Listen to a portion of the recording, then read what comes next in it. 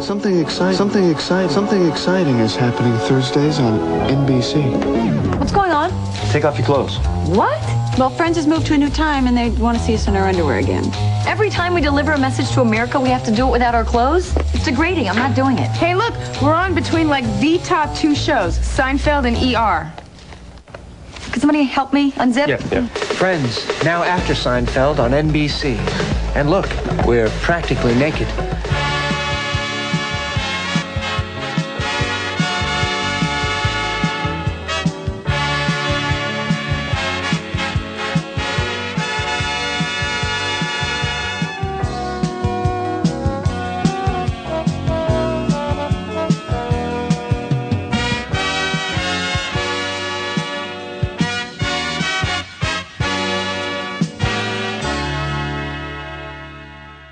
Hello, everybody, and welcome back to a very special podcast. This is the podcast in which we talk about all of your favorite TV series from yesteryear, and then discuss them over a glass of wine. I'm Patrick M. Dunn, and you probably remember me from the previous 69 episodes, and I'm joined here, as always, by Kat Halstead, the author. Good evening, everybody. And welcome to our first official recording of 2017, the new year. Woohoo! 2017. New year, new me, and new episodes of The New Girl? Yes, there are new episodes of The New Girl coming up, I think. Pretty sure. Shout out to Zooey Deschanel, I think. Yeah. Unless they canceled her ass. There better be new episodes, because I had to sit through that crappy one with Megan Fox the other day. Oh, a dumpy Megan Fox episode. I like Megan Fox, though. I think she gets a bad rap. I'm just over her character and the whole Nick Reagan thing. I'm ready for the Nick and Jeff to just be together for the show to end. I'm kind of at that point. I love it, but kind of time. So is she an official cast member on the show, or does she just fill in when Zooey Deschanel has other shit to do? No, she's a guest star. Zoe's on now, but she came in last year when Zoe was on maternity leave. Okay. Because they needed another roommate. Which made the whole thing made no sense to me. So convoluted. In reality, nobody cares about New Girl. I know plenty of people who like New Girl. Did we just isolate 4 listeners? You very well could have pissed off some of our listeners. We'll win them back tonight with our heartwarming New Year's Eve episode of Friends. NBC's critically acclaimed sitcom that aired for, 10 years maybe? Yeah, it was on for 10 years. 1994 to 04? Yes, everybody knows this, Patrick. There might be someone out there. We did have someone on the podcast last week who never saw Home Alone 2 before. Which I still don't understand how that's possible, but whatever. And it's not like a small child. It was an actual grown man in his 30s who is the prime age for Home Alone 2, Lost in New York viewing. Sorry, Steven. Sorry, I just got this image of trying to do this with my nephew, and that was hilarious. You know, a 6-year-old child today, born 6 years ago, with strong likelihood that he has not seen Home Alone 2, but a man in his 30s. Exactly. I can understand, my little nephew's not having seen stuff, but, Steven? Dude, come on. Yeah, so he has been officially banned from the podcast for a while. Bye! Until we ask him to come back on. But do listen to our spin-off podcast, 1021 Bros. Premiering last week. Cheating bastard. It's okay. All right, so shall we talk about the big news in your world that happened in 2017? I don't know if I want to talk about it. I'm still sad. I think we should bring it up. We should bring up the awareness out there. So, as we've previously mentioned in other episodes, you are an author of fan fiction for the acclaimed Disney Channel basic cable series, Girl Meets World. Yes. And Disney decided to give it the dirty boot? Yes, Disney being total idiots. Canceled Girl Meets World, the best show they had. Just ridiculous, because they know what the show can do, and it still there's so much more story they could tell. It's not like one of those Disney shows where you're sitting there going, oh my god, how did this make it on TV? Which is basically every other show on their channel. So, it's heartbreaking. I cried, and I drank some wine. Yes. So if you're a longtime listener of the podcast, Kat has not had a sip of alcohol in over a year. Mm-hmm. And because of the horrible news, we decided to send her a wine delivery to her home. So I sent her 6 bottles of pink Moscato, and you have been living in a cave, just guzzling wine for the last week. Pretty much. I'm just hanging out in my closet, just drinking in the dark. And let's add that the closet is your podcast studio. It's not where your clothes and shit are. I mean, there's some clothes, but it's like where my desk is, and Yeah, it's like your little hangout pad. yeah, it's just a little place to hide out away from the nephew.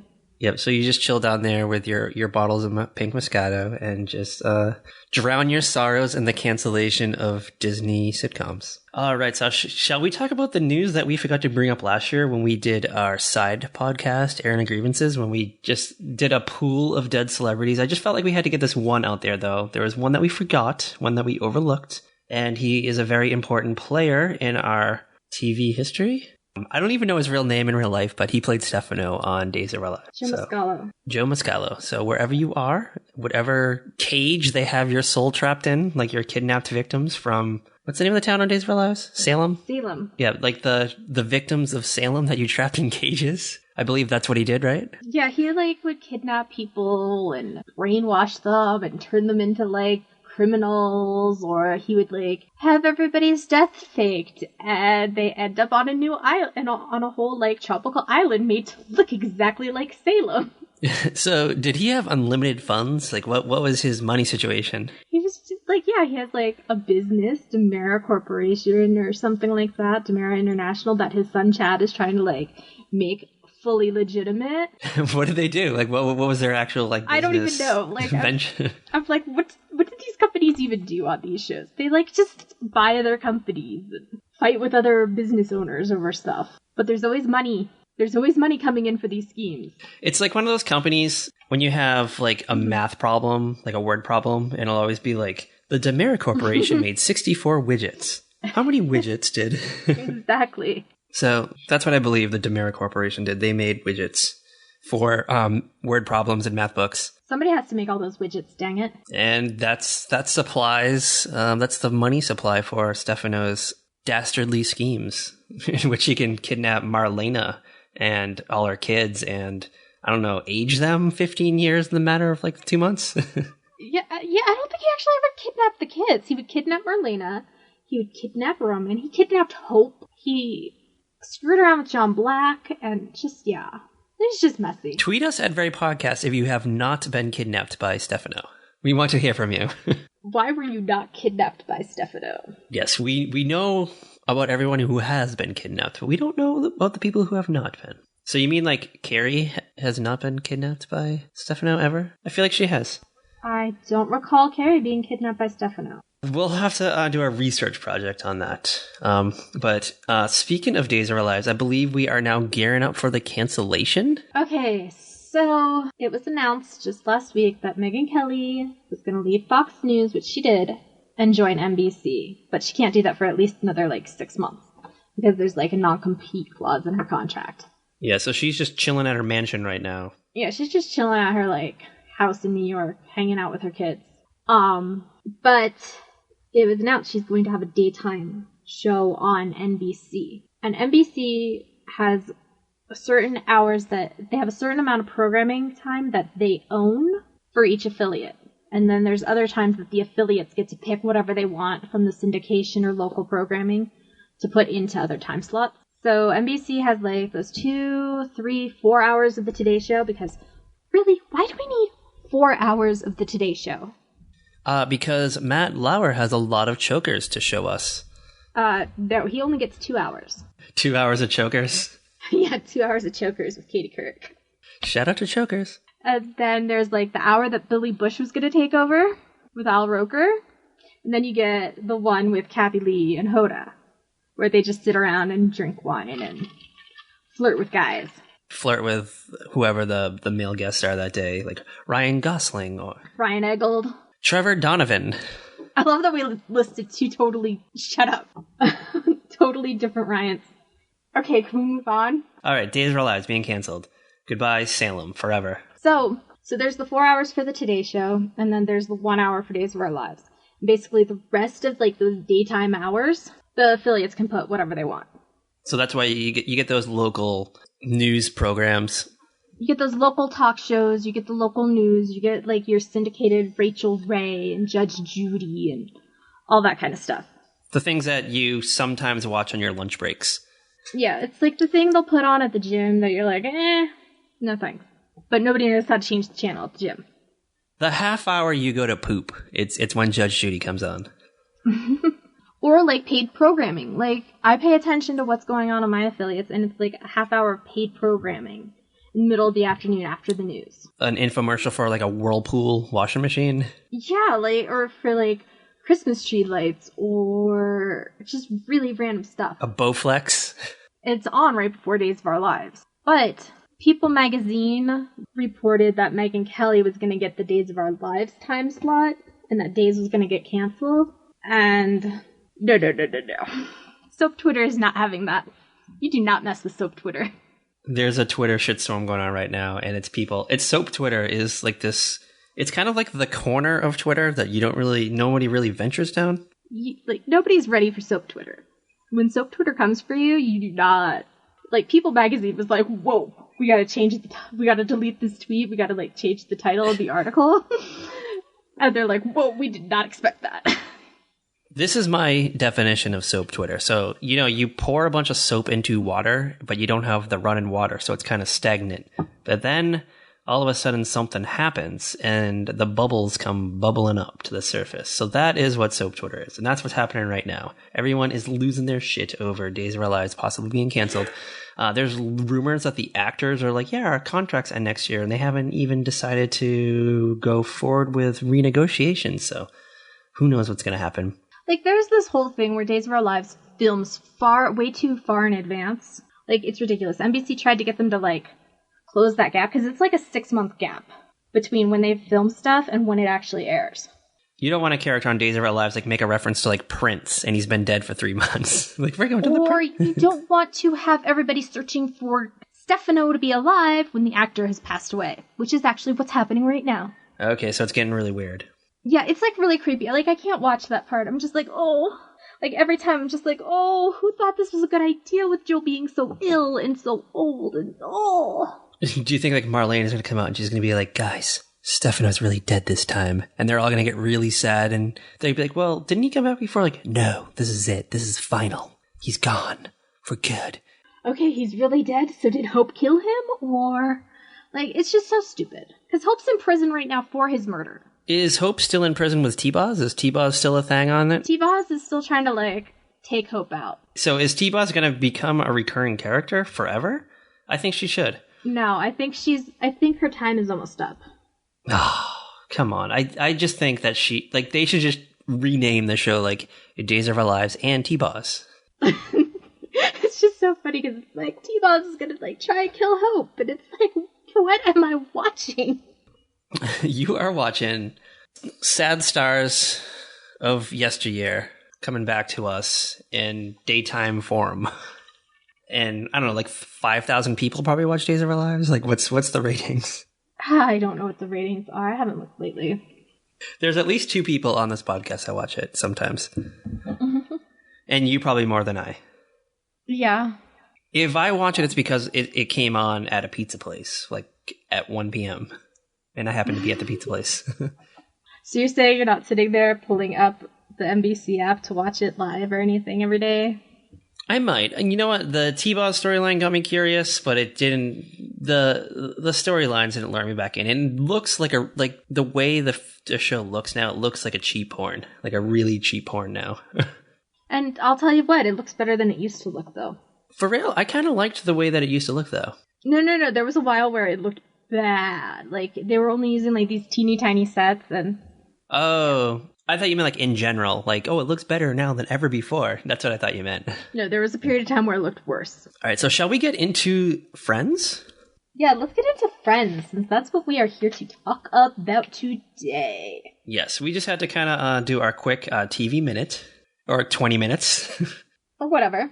I'm sure the people that listen to this podcast expect the pre-show banter. I'm pretty sure that's part of the draw. It's part of our chemistry. Yes, so we have to have kind of like, this is going on in the world. Now we're going to talk about a 24-year-old episode of Friends. Okay, so do you have what was on TV that night? I do. Okay, good, because I cannot figure out where you find that at all, because I was looking, because you were pissing me off, and I was going to do all the research, and I couldn't find it. All right, if you did not listen to the last episode of the podcast, there was a little fight in the middle of the episode, which was real. It was a real fight, and I just, I was like, fuck it. It was. It was like worse than the Roseanne fight. And I was like, I was going to cut it out. And I was like, what? I'm just going to leave it in just so we can kind of like laugh at this 15 years from now or a week from now. And the fight continued onto Twitter. Like there was still a little bit of bad blood after the podcast, after the recording stopped. There was still a little bit of bad blood. And you already like had watched this episode of Friends. You already had all your notes and you're like, so when are we going to record it? And I was like, maybe not till like next week. I got a lot of stuff to do. And then you got pissed again. You're cheating on me. That's why. We're doing multiple podcasts now. So, 2017 is going to be a wild time. And you're invited to join if you want to talk about 90210 or other 90210E related things. So we'll dial you in when we get like a special episode. When you realize you need to know like a girl's opinion on something. Yeah, like if there's like a Donna gets a period episode and we don't know anything about periods. Yeah, I'll be waiting here when you guys get to the slumber party. Which is coming up because that's a season 1 episode, so we're getting very close to it. And as of right now, we've only recorded 1 episode, which would happen to be the pilot. All right, so this episode aired on December 15th, 1994. A New Year's themed episode, but I guess it also takes place during Christmas time. Yeah, it's like the whole month of December, I think, is basically kind of like shoved into 1 episode. Yeah, they do little time jumps. Mm-hmm. Yeah, they were probably going on their winter break, and they just had to kind of shove all this shit into 1 episode, and then they're probably going to come back in like February, and then it's going to be like, oh, it's the new year, all this shit's been happening, but we kind of get like a quick 20-minute peek into their lives over the course of a month. So this aired on December 15th, 1994. This show was on at 8:30, so we'll go a half hour earlier, 8 p.m. Mad About You was the lead in this night on NBC. Woo, Mad About You. They had a new episode on that night. Martin on Fox. We love you, Martin. And ABC had an Elvis tribute show on that night. I couldn't find much info on it, but apparently it won. Well, it came in second place. Mad About You won the time slot that night. And then this is a show we talked about a few episodes back. Due South was on it on CBS. So okay. If you want to hear about Due South, I don't know, listen to an older episode because we really get into detail about it for some reason. Like, I don't think I ever actually watched it, but there's stuff I know about it. Yeah, it's about like Canadian Mounties that go to Chicago and solve murder, but it's kind of like a comedy too. Yeah, it's like a buddy comedy. Yeah, I don't know. We should track it down someday. We'll track it down someday. Someday, as in like in the summer when we're bored. Exactly. And all right, so 8:30. The only thing that was opposite Friends that night was Living Single on Fox, and the other 2 shows were the Elvis thing and Due South. So 9 p.m. Seinfeld was on, obviously on NBC. Okay, what episode of Seinfeld? The Race, which I don't know what that is just by the title. That I think, if I would guess, it's the one where Jerry is dating a woman named Lois Lane, or named Lois at least, and her boss is some guy he went to school with, and he beat in a race in like high school or something, and then he refused to ever run again because he got an accidental head start. But the guy like is basically threatening this woman's job if Jerry doesn't run again. That sounds about right. And if we're wrong, you can let us know at Very Podcast. Heather, if you know about Seinfeld, let us know. Anybody out there? Come on, I know there is more than just Heather, Ryan, and Steven listening. There's the other guy that commented on the Golden Girls episode too. Yeah, so you guys, we know you're out there. So tweet us at Very Podcast. We would love to talk to you. We at least want to know you exist. We'll add you to our group message. I don't know if you guys want to be part of that. Yeah, we were talking about Alabama Hot Pockets today. God! Ew! Gross! Boys are gross! Shout out to Sex Moves. Boys are so gross. All right, on Fox, we had New York Undercover, which was a show I'm aware of, but I've never actually seen. I recognize the title, but I could not tell you anything about it. It was about cops in New York, and they're undercover, and it was on Fox. And I think they had a lot of hip-hop music involved with it. And CBS had that night Chicago Hope. Okay. Which was like, it was kind of like ER, but for older people, I think. Is that the way to describe it? Like, ER and Chicago Hope both started the same year, but it was, like, really awkward. They were on the same night. ER got the hotter actors. Yeah, ER had the hotter, younger cast, and it kind of just took off faster. And Chicago Hope had the older actors, I guess, the less attractive stars. The ones that would appeal to your grandmother. They had Mandy Patinkin from Princess Bride. And a lot of great things like Criminal Minds and Dead Like Me. Yeah. Shout out to Mandy Patinkin. Tweet us. At Fair Podcast. 10 o'clock, speaking of ER, NBC. Oh, actually, hold on. 9:30, Mad Men of the People, the Dabney Coleman sitcom on NBC. Huh. I can guarantee you I was probably watching NBC all night long, but I feel like this is probably where I turned off the TV. This was the hour you had to poop. This is like when I was like, okay, time to go. And yes, it is The Race. The one with Jerry running the race. All right, shout out to The Race. Yeah, so 9:30, NBC had a sitcom starring Dabney Coleman called Mad Men of the People. I believe it was only a one-season wonder, maybe 2 seasons. Wait, was he like a therapist or something? I think so, because I think he was a therapist, but he kind of had a little bit of craziness. He was also kind of like crazy. Yeah, so he was the madman of the people, hence the name.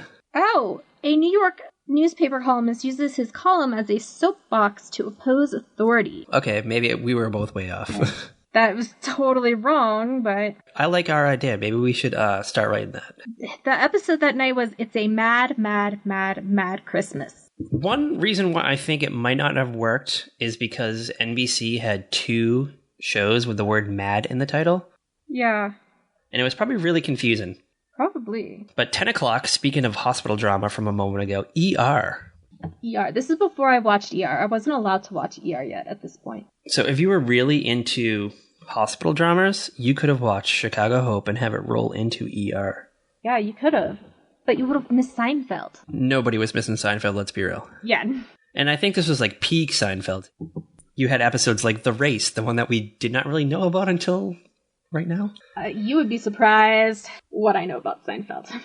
All right, and then we have ABC, CBS had those news magazine type shows. So ABC had Turning Point with Barbara Walters, and CBS had Eye to Eye with Connie Chung. Connie Chung. I miss Connie Chung. Do you remember when Maury Povich and Connie Chung had that? I think it was on CNN. Vaguely. Really vaguely. I vaguely remember that. The only thing I remember about it is they had a segment called, instead of pros and cons, Wait, no, wasn't that like Phil Donahue? No, it was Maury Povich.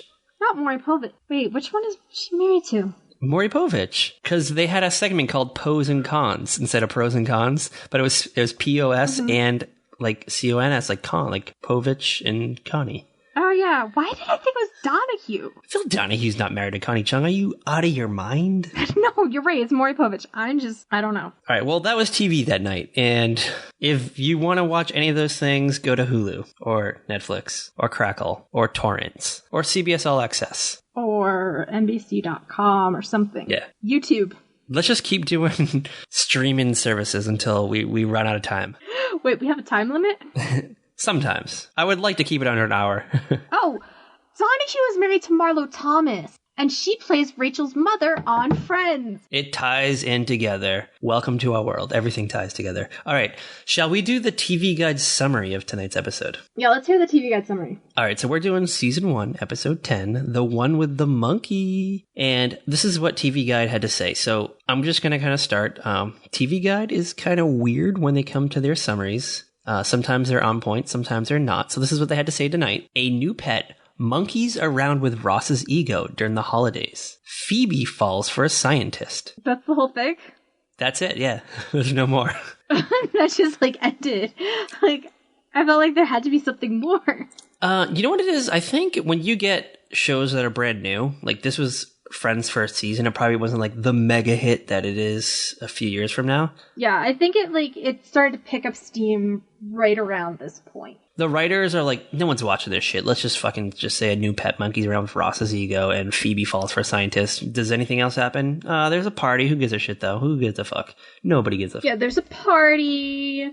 There's, Rachel gets beat up. Phoebe wears a choker. Nothing exciting. Fun Bobby doesn't show up or anything. Well, Fun Bobby shows up, but it's not Fun Bobby. Yeah, okay. Here's the thing about Fun Bobby. I started thinking about it. Fun Bobby is, never fun. Whenever we actually saw Fun Bobby, he was, either drunk off his ass. That's why he was fun. Or he's, depressed. I'm starting to have that... Now I'm, playing it all back through my head, and I was, in your mind, you think there's, Fun Bobby moments? Yeah. Actual Fun Bobby moments, but now I'm like, wait a second, you're right, hold on. There's nothing fun about Fun Bobby. Well, when I was watching this episode and Monica's like, oh, I invited Fun Bobby, I was like, yes, Fun Bobby. Like, it's going to be a fucking wild party. Shit's going to go down. There's going to be a chicken fighting with the monkey. Like, it's going to get crazy. And then he comes in and like... You think something's going to happen. Yeah. Instead, he comes in like his grandmother died or something. Yeah, his grandfather just died. Yeah, and that's what always happens. There's always some unfortunate circumstance that causes him to be unfun Bobby. Yeah, something. Like, this was actually his first appearance. Yes, this was his debut as Fun Bobby. And I love how, like, all the other characters get excited. They're like, yes, Fun Bobby's here. They're like, woo! Fun Bobby! And then he's like... He has a really cool leather jacket, though. I will throw that in there. And, you know, he's got that, like, cool, long, but not too long 90s hair for a guy. Yeah, he's got, like, the Eddie Vedder hair, kind of. Yeah.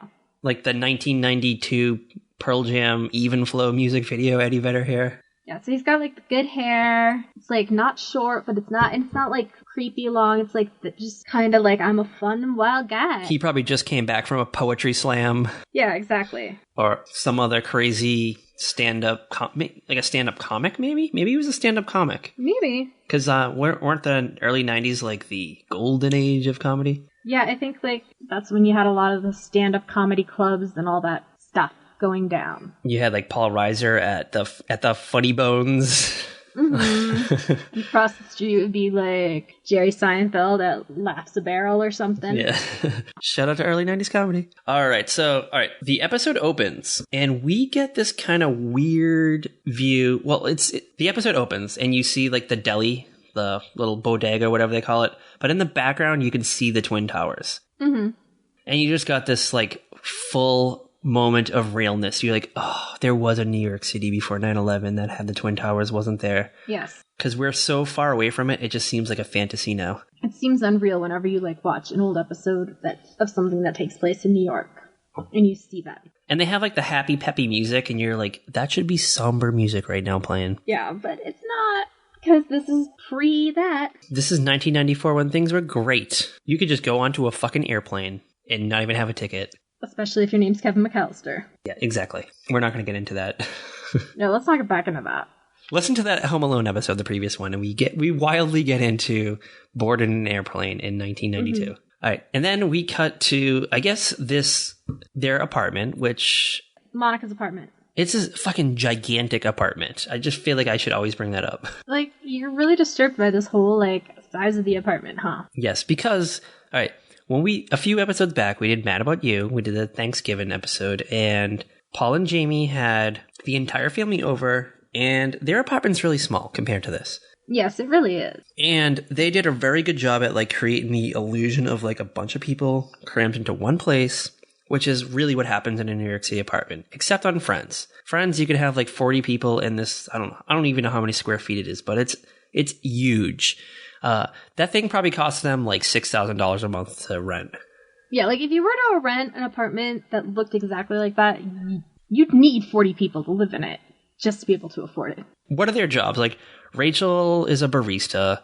Well, to be fair, the apartment is actually under Monica's grandmother's name, and it's rent controlled and she had lived there for like 20-something, 30 years before that. So did she pay ahead? No, it's just that like the rent was set at a certain price. And so, like, it didn't go up to, like, crazy, insane numbers. So Monica's like, let's invite all my friends and some other strangers, and we're just going to kind of chill here and have little parties and just put these tacky decorations on the wall and tinsel and, I don't know, have these, like, wild 90s colors as our door paint color. I love the purple of that apartment. This is how I describe watching a season 1 episode of Friends in 2017. It looks like they just decided to make a show that takes place in 1994, and that's just what they went with. Didn't you have that feel? Like, okay, there are definitely times when I'm watching and I'm like, really? Monica would have that as a decoration? Or, really? Monica picked that? Like, there are things, like, the thing she keeps all her spoons in, it's like one of those ceramic things that has, like, the 5-cent pickle thing on it. And I'm just like, that doesn't fit with, like, the rest of Monica's style. Like, it's just so weird. It's just so hodgepodge. Have you ever had a shitty job in your early 20s and you lived with other people and you just got what you could afford? Because that is what it looks like. Yes, that's really what it does look like. And you just have, like, random things on your refrigerator, like random magnets, things you get at Spencer's Gift. Or like things like your parents are like, here, take this. Here, take that. Here's this green couch that will not match anything you own. But you're going to have it. And you're going to take it because you're like, I'm not going to be able to buy a couch. Yeah, I'll take it. For sure. For sure. Actually, we did have a green couch for one of me and my roommate. Everyone's first couch is green. It's a rule. It's an unwritten rule. Like, it was actually like our friend Tara's couch, but like she didn't have any place to put it. And we had a whole living room that had no furniture. So we had it for like a year. And you probably had a couch in your bedroom for no reason at all. No, I just had a mattress on the floor and a stability ball to sit at like a small table I found for my computer. I had like a love seat in my bedroom. Well, good for you. It was just a random like thing that I obtained from somewhere, and I kept it for a longer than I needed to, and I basically just threw clothes on it is really what I did with it. Yeah. If you owned a green couch and it was your first couch, tweet us at Very Podcast and let us know that you in fact owned a green couch and prove my theory right. Yes. Please do it. Do it. We know you're out there. Yes. And if you had the Rachel haircut while you did it, you get extra points. Okay, what if you had the Rachel haircut at a different point? At different stages, Rachel? Or like when the Rachel haircut was really like hot and you went and got a haircut and your mom was like, the only thing you can't get is the Rachel haircut. I actually got told I could not have my hair cut like Rachel. Your picture was on the mirror at the hairdressers, and it was just like a picture of a cat, and it says like no Rachel underneath it. Yeah. It probably would not have worked with my hair texture though, so. Instead of coloring your hair purple or whatever you did, you should have just got the Rachel. That should have been your act of defiance. I mean, I did pretty much color my hair every color under the rainbow around this time. Fuck you, I'm getting the Rachel. Like, okay, I'm just gonna take this pack of Kool-Aid into the bathroom. Bye, guys. Listen to Loveline. Shout out to Adam Carolla. And Dr. Drew. Who liked one of our tweets. God, that was a crazy time. Which, is surprising that none of them had wild hair colors, if you think about it. I was thinking about that because their hairstyles were pretty basic for the time. Like, except for Rachel. Like, Rachel obviously had the kind of like the up-and-coming do. But Monica's hair in season 1 is nothing special. It's nothing to write home about. And I think, what's the year that Courtney Cox did Scream? 1997, Scream 2, 1997, when she had the magenta streaks in? Yeah. That was like, I think that was one of my favorite hairstyles of her when she was in Scream 2. Mm-hmm. But season 1, Monica looks a lot older than everyone else for some reason to me in season 1. She does, but she's not the oldest. Like Ross and No, Phoebe's the oldest. I feel like she doesn't dress her age. She dresses older, and her hairstyle, like she looks like she could have been everyone's mom or older sister. Like really older sister. Yeah. Not like 2 years older or the same age in high school kind of sister, but actual like, I'm 10 years older, I'm going to drive you to the mall kind of sister. Yeah, exactly. She just didn't fit in. And like, I love Courtney Cox, but season 1 Friends Courtney Cox just does not do it for me. That doesn't do it for you? No. That's a shame. There's a lot of acid wash denim in this too. There really is. I was trying to like, I started counting like how many times something acid wash denim showed up. And then I just couldn't keep track anymore because it was too much. Oh my gosh. Yikes. I needed like the pop-up video guide just to be like, this is number 642 instance of acid wash denim. There was tops, there was vests, there was jackets, there was pants, there was, I don't know, scrunchies. Everything was acid wash denim. I mean, it was 1994. Still. Shout out to acid wash denim. Okay, so they're at Monica's apartment, and Ross is like, I got a monkey. Meet my monkey. He's my new roommate since my wife is a lesbian. So Ross has a monkey, and I don't know, the first thing my mind went to was feces everywhere. That's like all I pictured. I'm like, that thing is gonna shit everywhere. He didn't get a diaper for it. No, like, Marcel just runs around doing whatever Marcel wants, hanging out with whoever Marcel wants to hang out with, and it's usually not Ross. Yeah, and Ross takes Marcel to the New Year's Eve party, and it's just like, oh my god, there's kids there at this party, like, what's gonna happen with this monkey and everybody? This is like the worst. Okay, this is like, I don't know, I'm not like a New Year's Eve party kind of girl. I'm a stay home and watch, like, Ryan Seacrest and see what crazy thing happens, like Mariah Carey's lips sticking malfunction or whatever that was. Yeah, like see who says something offensive that night. Yeah, like sit and wonder why the hell Jenny McCarthy is on your TV. Like, what is she doing besides this? Yeah, you're like, I thought Singled Out ended like 15 years ago. I'm like, okay, like, what is Jenny McCarthy doing these days that she's still on this? Like, where's like Lucy? Like, Lucy Hale was somebody else they had. I was like, why isn't Lucy Hale with Ryan Seacrest? Like, that would make sense. Jenny McCarthy has kids to feed. She's got kids to feed. She no longer has the key to the Jim Carrey vault. No, she's got, she's married to one of the Wahlberg guys. Oh, Donnie, right? She's got New Kids on the Block money and Blue Bloods money. I feel like that she nabbed the wrong Wahlberg, though. You nab the one that makes your heart go clippity-clop. And it's not Donnie. Let's be real. All right, F, marry, kill, New Kids on the Block. We'll go through them all. Jordan, just say F, M, or K. Jordan? F. Joey? M. Danny? F. Donnie? K. That's why I said Jenny got the wrong Wahlberg. Wait, there's one more New Kid? I saw all 5 on Fuller House. I don't even know who the last New Kid is, to be honest with you. Honest to God, I don't either. I was never, like, big into New Kids on the Block, to be honest. Like, I wasn't allowed to listen to, like, pop music when they were, like, huge. He owns, like, a hamburger store or something. And there's, like, a reality show about it. Oh, they just opened one up in Myrtle Beach, and I just wanted to vomit all over the place because the You're one... like, I thought I escaped this mess. Yeah, the one in Hingham, Massachusetts, that fucking place gave me so much anxiety. Like, the rules... This place has, like, rules. Like, you have to get in line, you have to do this. It's like the soup Nazi of fucking hamburger joints. Yeah, I was gonna say, what is this, the soup Nazi? And I don't know who the 5th NKOTV member is, but apparently he was not important. We're gonna get a lot of angry tweets about this. Yeah, I can already see the tweets. It was Jason. We're like, who? No, that's the jackass from Big Brother over the top. All right, so Jenny McCarthy is on your TV on New Year's. There's a monkey running around a party. We'll get to that momentarily. We're still at the early phase where we meet the monkey, and he's cute. He's on Ross's shoulder.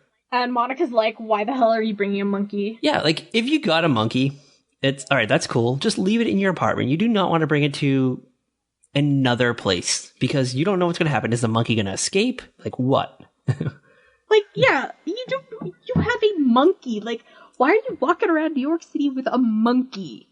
Like, really, Ross? This is what your life is?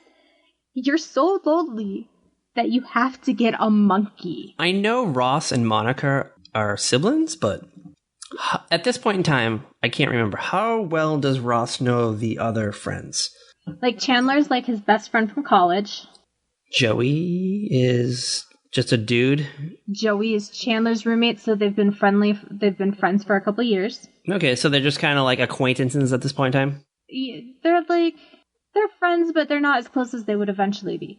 Like, Phoebe used to be Monica's roommate.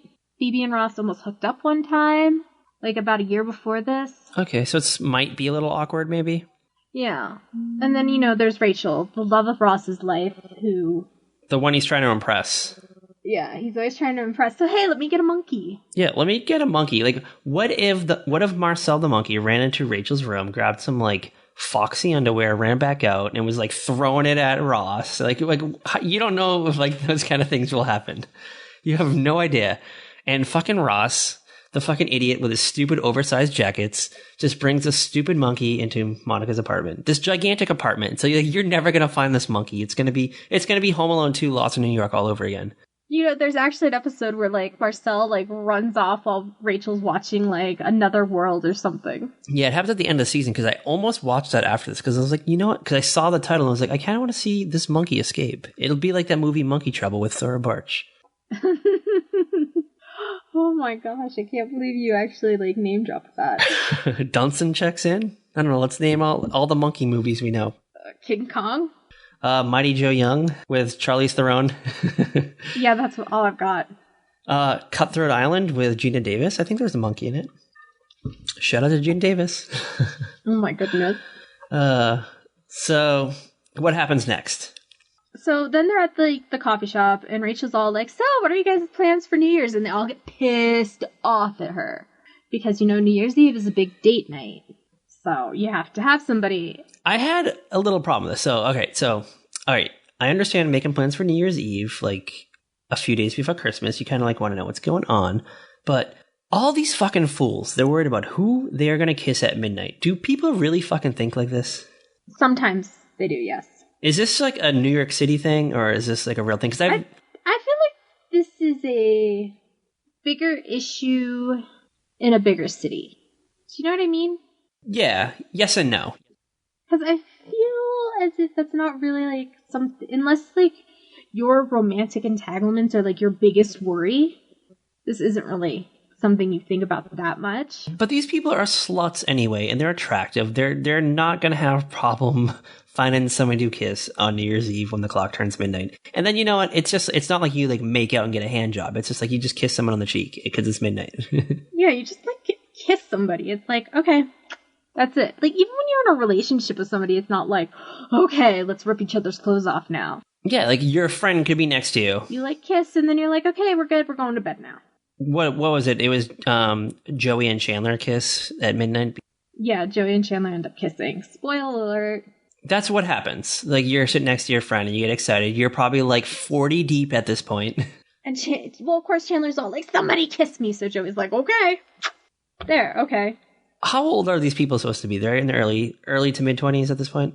They're like 25, 26, I think, is the general age. These clowns should have been shit-faced. They are sober, this whole fucking thing. Yeah, they're like, there should be somebody who's a little messy at least. I know we're jumping ahead, but it turns into a lame party. Yes. All right, so they're discussing like what's going to happen on New Year's Eve. And they're all mad at Rachel. She's like, because she's got Pablo, the Spanish guy that she's dating. And he like travels the world. Like, what's his deal? Yeah, he went home for Christmas or something. And they're like, she's like, no, I'll be alone like you guys. Sorry. They're like, oh, okay, we'll just all hang out. No dates. They make this pact, the secret pact. Yeah, they make a pact, which you know is going to fail. Especially because... Yeah, because we're like 3 minutes into the episode and they're making a pact. It's a situational comedy. It's not going to stick. Phoebe starts performing one of her one song that's not about her mom's suicide, which really, let's be real, it is. All her songs are pretty much about her mom's suicide. And she's singing these depressing songs. And there are these two guys who are like who are arguing in the middle of her song. And she like calls them out on it. And they're David and Max. David is played by Hank Azaria. And they're scientists. And they're arguing over whether or not Phoebe is hot. And can I add that David is wearing a Marvin the Martian shirt through the whole episode? Yes, you can add that. That was the first thing I noticed, so I just wanted to just get that out there before I forgot. And he had these like thick rimmed red horn glasses. Mm-hmm. Like the Buddy Holly kind of thing? Yeah, like Millhouse glasses. Yeah, like, because that was right when the like 60s nerd thing was kind of coming into fashion too. Yes, you are right. Okay. I didn't pick up on the Buddy Holly part. I was thinking Millhouse. Shout out to Buddy Holly. So, Phoebe's like, oh, you think I'm hot? And she starts flirting with David, and they start dating. And Phoebe's like just totally smitten with this guy. Like, she's blushing when she talks about him. She's got the clippity clop in her heart when she thinks about him. And when they're at Phoebe goes over to Monica's and everybody's decorating the Christmas tree, which is interesting because Monica usually doesn't let other people decorate her Christmas tree unless she's drunk. So I'm assuming Monica's drunk at this point. Monica's probably always drunk in this show. Let's be real. Like, if you had to deal with all these people just coming over to your house and eating all your food all the time. She probably has like a wine cabinet in her bedroom. And she's like, hold on, let me go to the bathroom. And she's gone for like 15 minutes at a time. She's just back there just chugging wine. And then she comes back out with her mom jeans and her like 45-year-old lady hair and just goes back to trimming her tree. Yeah, so it's like this, it's a small tree that they have set up on like the coffee table, which was so weird, but they're all like decorating it. And Phoebe's all like, I want to bring David to New Year's Eve. And they're like, Phoebe, you're breaking the pact. And then Chandler's like, oh, it's okay. I'm bringing Janice. And they're like, no, worst breakup ever. Joey meets Sandy, a woman, like a New Jersey woman. Was she a New Jerseyan? She seemed like a New Jerseyan. But she had kids, and he met her at, like, the grocery store or something. Or at, like, when he was working as Santa's helper or something. He was an elf. Let's just throw that in there. He was dressed as an elf. Ross shows up. He had a fight with Marcel. How do you have a fight with a monkey? You don't have a fight with a monkey. A monkey is a monkey, and it's just an animal that has no boundaries and just throws shit everywhere. Ross is just in this weird world where, like, yeah, it's just weird. Like, the whole thing is weird, because then he's like, I have to work late, and Chandler's like, well, do you want me to drop in and check on him? You know, kind of like make sure he hasn't, like, shit all over the place or something. Was this when Ross was wearing his cable knit sweater? I think so, yeah. And he's like, okay, Chandler, just, you know, when you go in, make sure that Marcel thinks you're there to see him. And you're not doing this as a favor to me, because, you know, we don't want him to think that you don't like him and you're only seeing him from... Chandler's like, okay, Ross. And then, like, I guess when Chandler was there, they were, like, having fun, hanging out. Marcel was showing him tricks and stuff. So Marcel will just, like, get really fun with other people, but not with Ross. Yeah, like, Chandler and Marcel were, like, bonding. They had, like, a conversation, even though Marcel doesn't speak. They had, like, a great bros night. And Ross, like, can't wrap his brain around it. He just doesn't understand it. He's like, why is this monkey bonding with my bros? And he throws shit at me. Yeah, exactly. He's like, why is he so much better with everybody else, but not with me? It's a mystery that we will resolve as the series goes on. Maybe? I don't think so. They just kind of drop it.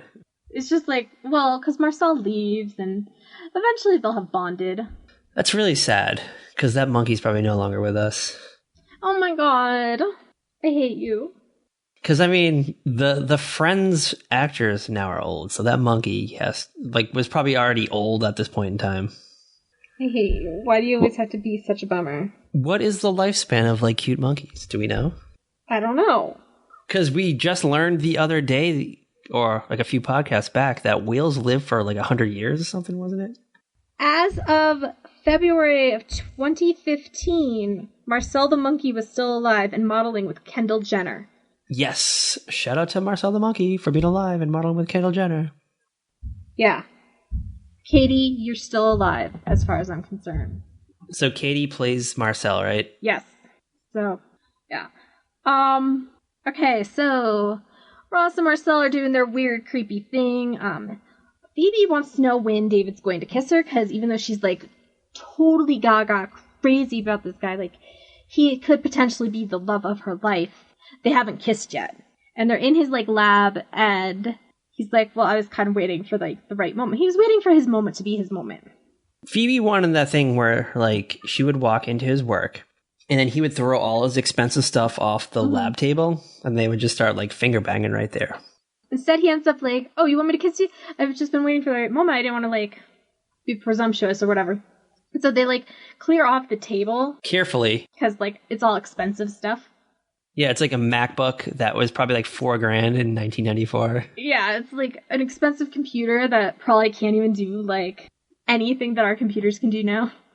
Like, our phones can do more than that computer. Yeah, that computer played the Encarter Encyclopedia CD, and you could play, like, Doom on it. Yeah, that was probably, like, all it could do. And math. It had a calculator on there, too. Yeah, I was like, it's probably there for the calculations. And, like, he helps her up, and then they kiss, and it's, like, really sweet and romantic. And then it's finally New Year's Eve. And Ross is the only one who doesn't have a date, so he brings Marcel.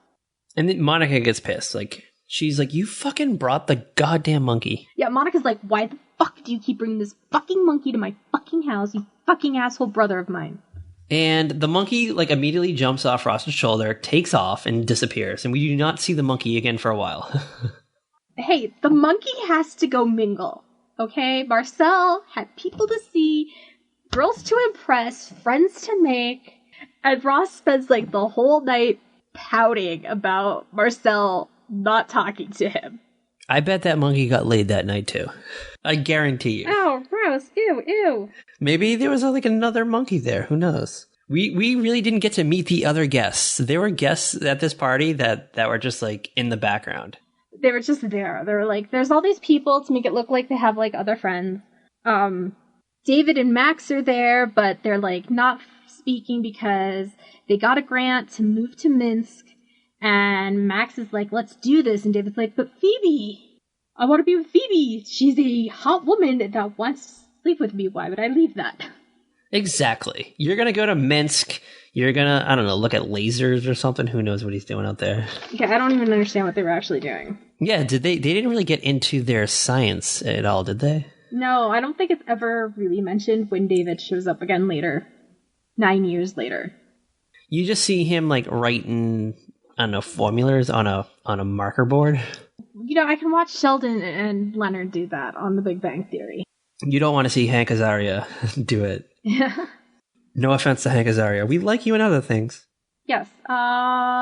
Joey's date is Sandy, and she brings her kids. She's the only woman who brought her kids. Like, the others probably don't even have kids. Like, actually, no, Janice has kids. Joey wore a white turtleneck to the party. Can I just throw that in there? Yeah. But, oh, God, the 90s fashion. The 90s fashion is just, oh, my God.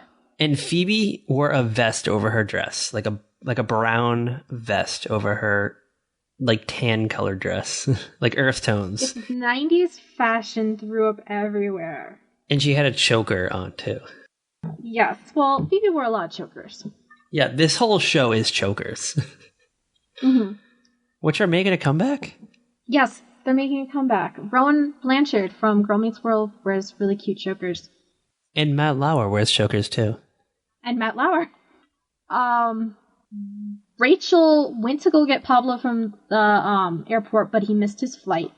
And when she was trying to get a cab back, she gets beat up by this lady over the cab. So Rachel's like all like punched up and just like got a cracked tooth and stuff. It's ridiculous.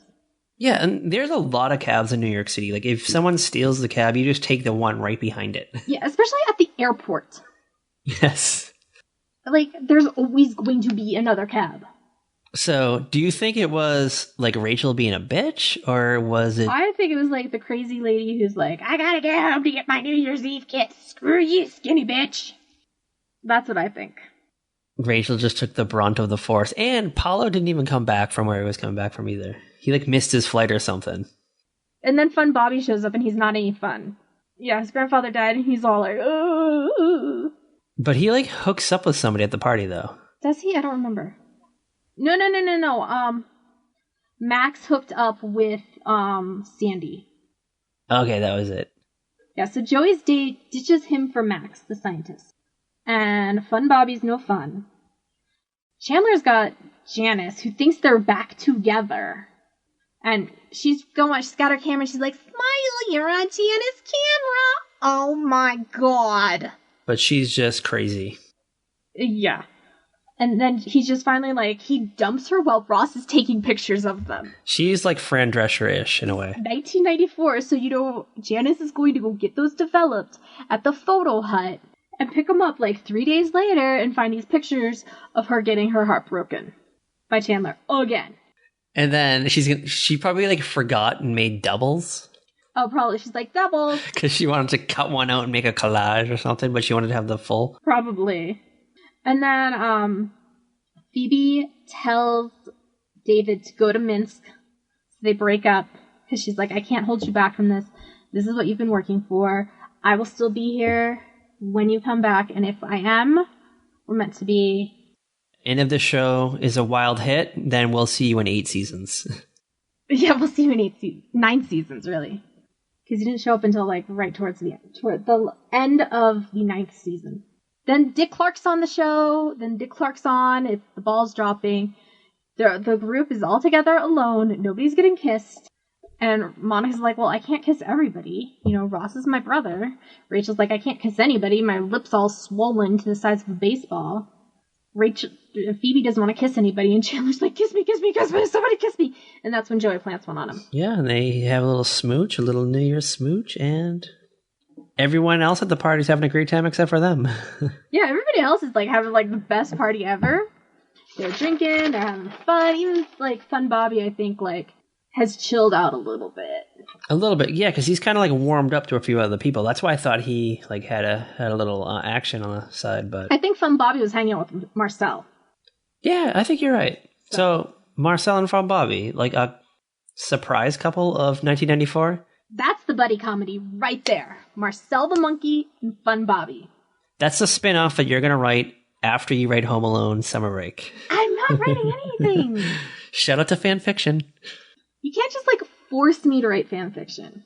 I have to be drawn to it. We should do a side podcast in which we do a live process of us describing fan fiction, like us breaking down a story in fan fiction live. Like we'll do Fun Bobby and Marcel, and we'll just break down the beats live on the air. We'll just create it live. Yes. So then we don't have to write it, and then we just talk it out, and then we can satisfy all our needs. And then it's done. That'll be on the next Airing of Grievances. It'll be the fan fiction episode. Listen to our side podcast, Airing of Grievances, available on iTunes. So yeah, that is the episode of Friends. That is Friends, the one with the monkey, and the monkey has a barrel of fun. Yes, he sure does. He has more fun than Fun Bobby. He had more fun than Fun Bobby and the Friends. And yeah, that's the second time we've done Friends. It was a good episode, I thought. It was very inherently 90s. Yes, it is. It was so 90s that I just didn't, I felt like I was 10 years old. 10? We were 13. I was 10 at some point in the 90s, so. Yes, you were 10 at some point, but not when this episode aired. We were 13. We were in 7th grade. Yes, so I felt like I was in 7th grade again. We'll just say that. And I got to relive the 90s for a brief moment and experience it raw. And it's really hard to recapture that. Unless you watch My So-Called Life. Even then, that's kind of a different experience. Or 90210, because you get some crazy 90s shit there too. That's true. So shout out to the 90s. Okay, what are we doing next, Patrick? There was one of two ways we could have gone. But I think alright, so we're coming up to episode 75. And we're gearing up for something exciting that we have yet to figure out. But next week, it's going to be a request episode. This was requested from our friend Heather? Yes. It was Heather? All right. Shout out to Heather at One Little Spark. Shout out to at One Little Spark. She lives in Florida? Yes, she lives in Florida. Heather is awesome. So she wanted us to watch a show. She requested this in September, maybe? We have a long list of stuff to get through. Yes, so we squeezed this one in. I have never seen this. This is going to be the first time I'm watching it. It's a musical. It takes place in medieval times. It's a comedy. I don't know. Kylie Minogue is in it. Not in the episodes we're going to watch. For real? Can we do a Kylie Minogue episode? John Stamos is in it. I would rather Kylie Minogue than John Stamos. Well, you trust me. You were going to love this show that you were going to binge watch the entire series in a weekend, and you will get to see Kylie Minogue. All right, so can we do the first episode, and then we'll just do a special addendum where we talk about Kylie Minogue? We have to do... Okay, we're doing the first 2 episodes because they aired together on ABC. We're going to do the first 2 episodes of Gallivant. And then we're going to talk about Kylie Minogue at the end of the episode. Or maybe that'll be our beatdown where we get into it. We'll talk about Kylie Minogue. Yeah, probably. Because I'm a huge Kylie Minogue fan. Shout out to Locomotion. Shout out to I Just Can't Get You Off My Mind. Shout out to That's All I Know. So, yeah. And join us next week on the podcast when we talk about the premiere episodes of Gallivant. And as always... Bye! Everybody's doing it right.